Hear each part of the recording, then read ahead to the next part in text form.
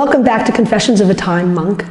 Again, we're in Bagno di Lucca in Tuscany, in Italy, at the Laszlo Institute of New Paradigm Research. Over the past 2 days, we've had the privilege of being involved in a think tank on new paradigms in economics and politics. If you joined our series a few months ago, you will have witnessed an episode that we shot with Lawrence Bloom. And Lawrence is one of the patrons of this institute. And we have the pleasure of sitting down with him again today. In the context of the think tank over the past 2 days, Lawrence brought a piece of information into the forum that I wanted to explore more deeply. And in doing so, wanted to share it also with our audience. Lawrence, I consider you a pillar connecting many layers in the consciousness movement. So you spoke to us about something that's happened in the past weeks with BlackRock, which is the world's largest investment fund. Mm-hmm. So first of all, why don't you, for the people who don't know, just give a little bit of background as to what BlackRock is, and then we'll go into what's happened in the past weeks. Okay. So many people who have capital, pensioners and so on, they don't know how to invest it themselves, so they go to professionals to invest their money for them. BlackRock is the largest of all those investment advisors. They manage somewhere around $3 trillion. $3 trillion is a huge amount. To give you a feel of how much $3 trillion is, if every dollar is a second, $1 million is about just over 10 days. $1 billion is just over 33 years, and $1 trillion is just over 3,300 years. So they are the largest single investor of funds. And what they do is they invest in bonds, which are a debt instrument where you get a fixed yield, or shares. And they take shares in major corporations on behalf of their investors. And some of the largest corporations are, of course, the oil companies.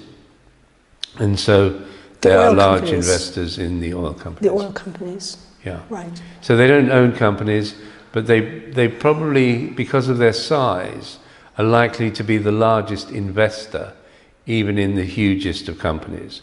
So my guess is in Shell and Shell and BP, Chevron, and so on. They probably have 7 or 8% of the shareholding, which is enormous in companies of that size. And because of that level of investment, they're very influential on the board. If they ask questions, those questions are taken very seriously, because if they start to disinvest out of that company, then that company's shares will become very vulnerable. So they're treated with great respect by the boards of those companies. So you shared with us that in recent weeks, BlackRock has publicly shared that they've addressed some of those oil companies in terms of what we refer to as stranded assets. Yeah. So maybe we take that apart first and explain what stranded assets are, and then we'll move into what the implications of their questioning that within those companies is. Super. Okay, so stranded assets are a very interesting idea. Stranded assets say a company is valuing its oil reserves, and let's focus on the oil industry because that's the piece that's really important. That they're valuing all their oil reserves, and yet there's a conflict here, and the conflict is that if we get to a place where we have 450 parts per million of carbon in the atmosphere, carbon dioxide in the atmosphere, then we've hit the limit which has been globally agreed, within which we can maintain a reasonably tolerable climate. So globally agreed to by whom and by what governing agencies? So the governing agencies was agreed in Paris in COP21 in December. Everybody signed on to the climate change agreement, and the agreement says that the intelligence behind the agreement is that if your atmosphere is below 450 parts per million of carbon dioxide, then you can keep the climate relatively stable. You can certainly keep it under a 2-degree change. But if you exceed 450 parts per million of carbon dioxide in the atmosphere, then the blanket effect of that carbon dioxide creates a situation where you cannot hold the temperature, the average temperature to 2 degrees. Once it goes beyond that threshold, it becomes uncontrollable. So this is a primary current policy in place to begin to mitigate climate change, which is already out of control. Well, the Paris Agreement implies that it isn't already out of control. The Paris Agreement implies that it will become out of control when we exceed 450 parts per million. Okay. The current measurement is 401, 402. It's interesting what you say. There are many people, Bill McGibbon is a major proponent, that actually 450 parts per million is a mistake. And he's set up an organization called 350.org because him and a number of leading thinkers on climate think it's 350 parts per million, not 450. But 450 was what was agreed at the Paris COP21 meeting, and that was ratified within a year with 55% of the polluters signing up to that agreement. Okay, so now we come into the subject of stranded assets. Yeah. So let's say we take this agreement seriously. Right. And sorry, is there accountability if people don't adhere to what they agreed to? At the moment, there's no accountability because there's no international court or international enforcement agency that could punish an offender. So we're in process with this right now. We're in process with this right now. My suspicion is that McGibbon is probably more right than the 450. So we're actually going to start to see some fairly hairy weather in the next few years. And again, my suspicion is that there may not necessarily be more hurricanes and typhoons, but there'll be a greater intensity. As the ocean gets warmer, the air gets warmer, its capacity to hold moisture becomes greater, and therefore the force of those events will be more significant, I think, than they've ever been. We'll see winds reaching speeds that we've never seen before. And this is consistent. So this is hard science that we're speaking about, but this is also consistent with what the wisdom traditions and the indigenous peoples are saying to us that we can expect right now. That's right. In fact, the Kogi are actually going beyond that, and the Kogi are saying there's now a heating up. Sorry, just a step back. The Kogi are actually the native indigenous peoples. They're the indigenous peoples of Colombia. They live in the Sierra Nevada. They're very interesting people. I spent some time with them recently. They were at an altitude that they were never discovered by the conquistadors. So they have a long history of culture where they become very, very sensitive to the earth. In fact, they came out of hiding almost 40 years ago to tell the younger brother, ourselves, that we were destroying the earth's capacity to nurture human life. And thought, well, we were an intelligent enough species that we'd listen to them, but clearly we haven't. And they came back about 2.5 years ago with the same story.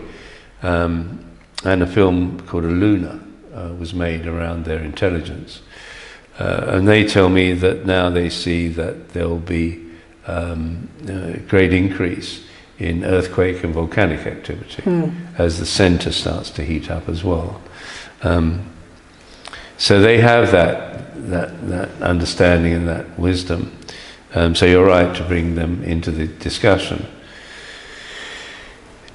If we get a series of events like that, it is possible that laws will be passed that will say it will be a criminal offence to release carbon dioxide into the atmosphere as we reach 450 parts per million. If that's the case, then the oil companies have a big problem. And the oil companies have a problem because they have only 500 units that they would be allowed to burn between these 401 parts per million that we have at the moment and the 450 parts per million. So they could burn 500 units to take us to that point, but they're valuing 2,700 units.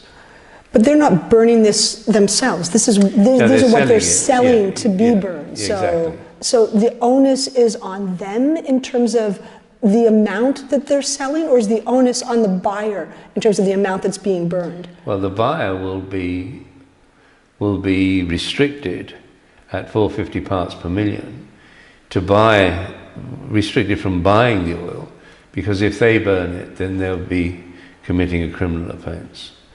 So what is being said is the oil companies are valuing 2,700 units and they can only use 500 units. Okay, so your market is limited to your ability to sell X amount. Exactly right. And anything that you are storing in addition to that becomes devalued. Exactly right.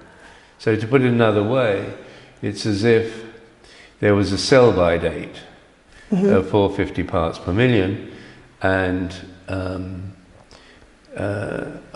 when that sell-by date will be reached, when 500 of 2,700 units have been used, which leaves 1,200 units, which is beyond the sell-by date. Right. But the oil companies are valuing that 2,200 units as if they were able to sell them like the 500 units that they can sell. Okay, so I want to take this into, we're going to do stranded assets for dummies right now. Okay. Okay, so I'm a company, I own 10 apples which I can sell. Yeah. But those apples are only going to be fresh for a certain period of time. Yeah. So I'm able to sell really only 3 apples by the time in which they're mature and ready to be sold. Exactly right. And so I've got now the additional 7 apples, which are starting to rot. They're not good to be sold. But I'm valuing my company on the idea that I'm able to sell 10 ripe, mature, beautiful apples. That's absolutely 100% correct. Okay, so... Yeah. So you have 7 apples that are stranded, and they're stranded assets. If you take if you calculate the difference in what is being valued and what can be sold, we're talking well into the double-digit trillions. I mean, this is massive, massive amount.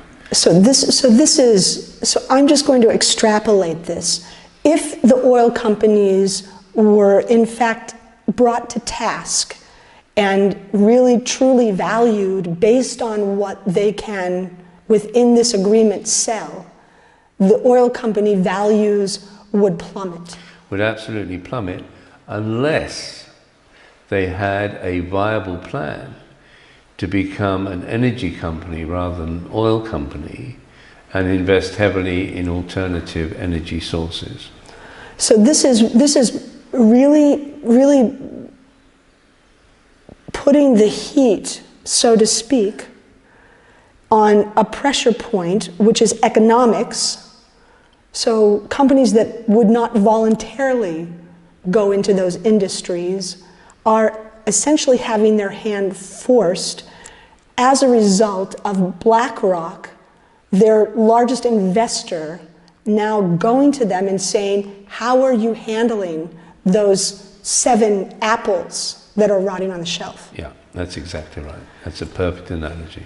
Perfect. So this is so out of this entire conference, this was the piece of information that for me was probably the most critical, because this says that something's happening now on a level that could in fact start to accelerate change.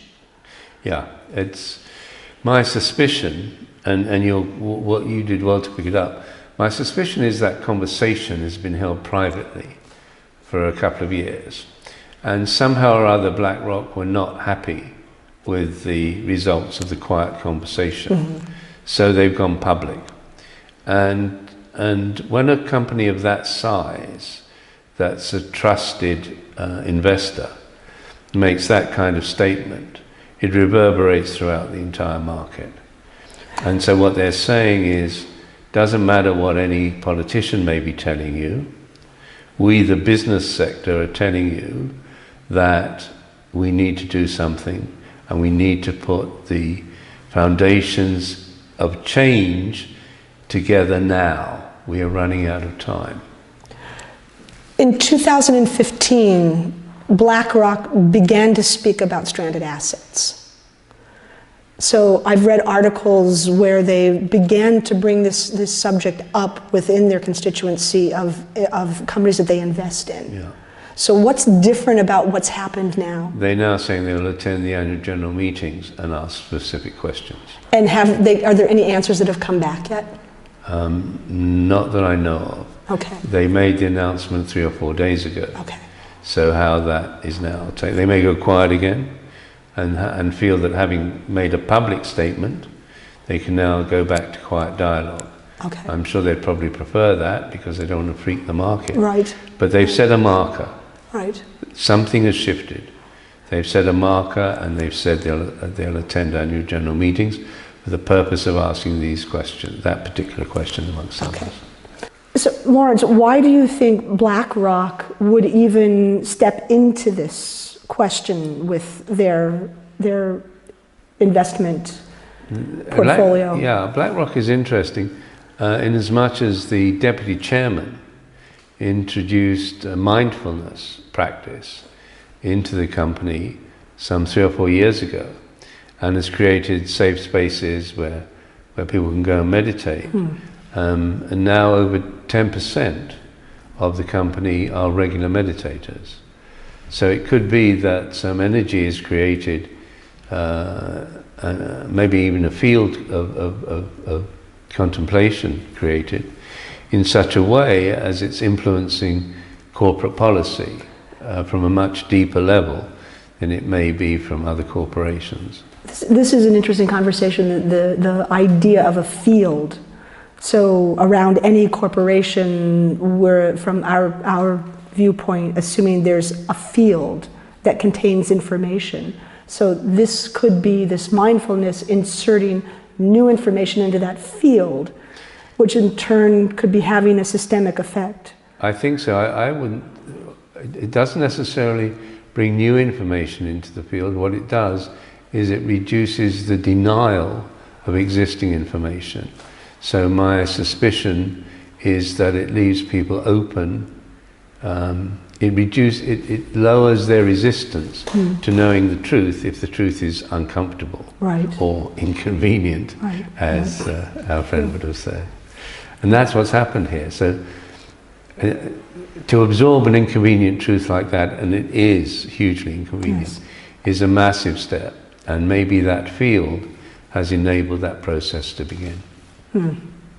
It gives hope that there's an intelligence beyond all of this right now that's actually operating through us. Indeed, and in fact, as a result of this conversation, I know of 2 or 3 other corporations where the CEO is a meditator, but hasn't necessarily brought that into the corporation.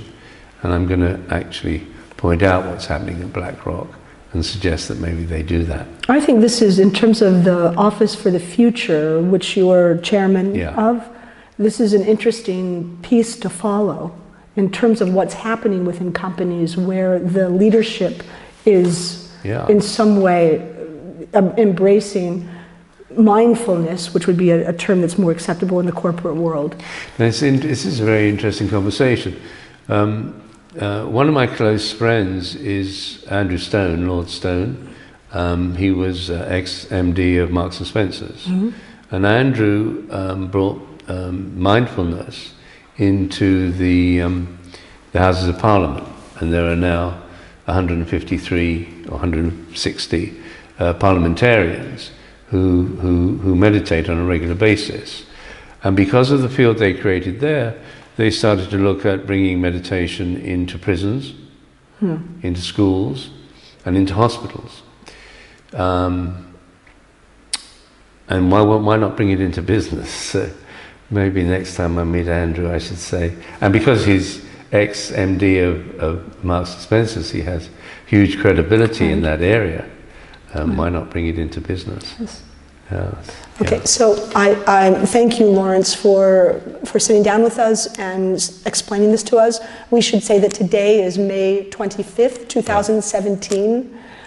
This is something that I think the people who are aware of the importance of this information have a little bit more to go on. Yeah. And then this gives us the opportunity to see and follow how this now plays out. Yeah, I think that would be interesting. I'm happy to, either by telephone or if we meet, to check up on when the annual general meetings are of the oil companies. So we'll start to get the responses of the oil companies when those general meetings, and when do you anticipate those general meetings happen? Probably within the next 3 months. Okay. One of the interesting things is a close friend of mine works at one of the major oil companies and is responsible for the transition. So I'll ask him how this announcement is affecting them. And I'll report back to you. I appreciate that. Yeah. And I think our viewers appreciate that as well. So thank you, Lawrence. Great pleasure. And look forward to seeing you later this summer. Look forward to being here. Okay. All right. Thanks, everyone, for joining us. And hopefully this is information that you're able to process in your life, and just trying to keep people informed about what's really happening right now. So thank you for joining us.